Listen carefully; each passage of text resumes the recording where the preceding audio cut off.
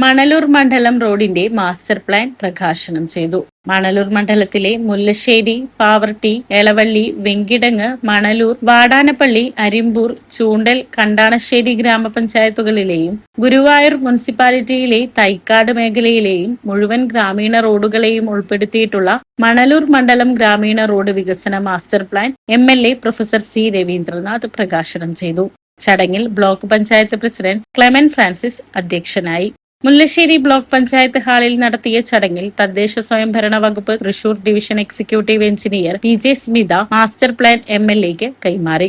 Guruvayur municipal chairperson Sunitha Aravindan, ഗ്രാമപഞ്ചായത്ത് പ്രസിഡന്റുമാരായ Mini Mohandas, Ando Lijo, KU Saritha, Sini Prasad, MP Sajeeb, IP Sudheesh, vice പ്രസിഡന്റുമാരായ മുഹമ്മദ് ഹബീബ്, NC സതീഷ്, KV ഷിജു എന്നിവർ സംസാരിച്ചു. മണലൂർ മണ്ഡലത്തിലെ 548 കിലോമീറ്റർ ദൈർഘ്യമുള്ള 1829 റോഡുകളാണ് തദ്ദേശ സ്വയംഭരണ വകുപ്പ് എഞ്ചിനീയർമാർ തയ്യാറാക്കിയ മാസ്റ്റർ പ്ലാനിലുള്ളത്. 3 വർഷത്തിനുള്ളിൽ ഗ്രാമീണ റോഡുകൾ ഗതാഗത യോഗ്യമാക്കുന്നതിനുള്ള പദ്ധതിയാണ് വിഭാവനം ചെയ്യുന്നത്.